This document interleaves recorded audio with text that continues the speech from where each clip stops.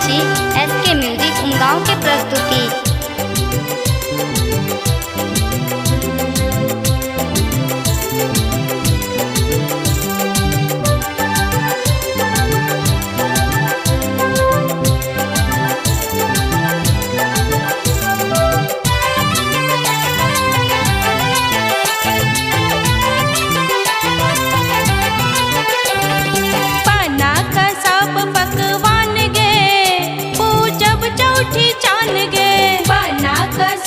पकवान गे पूजब चौठी चान गे चिकनी माइट सा अंगनानी पब चिकनी माइट सा अंगनानी पब ओई पर देव अरे पान गे पूजब चौठी चान गे बना का सब पकवान गे पूजब चौठी चान गे।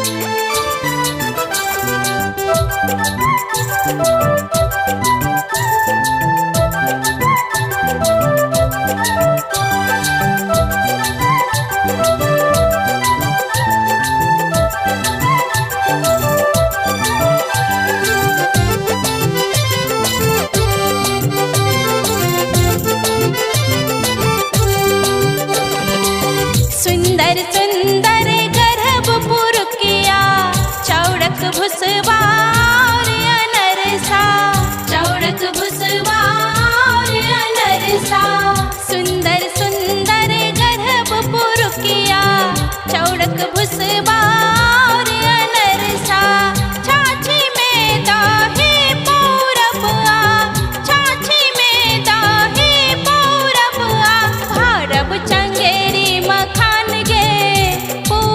चौठी चान गे बना का सब पकवान गे पूजब चौठी चान गे।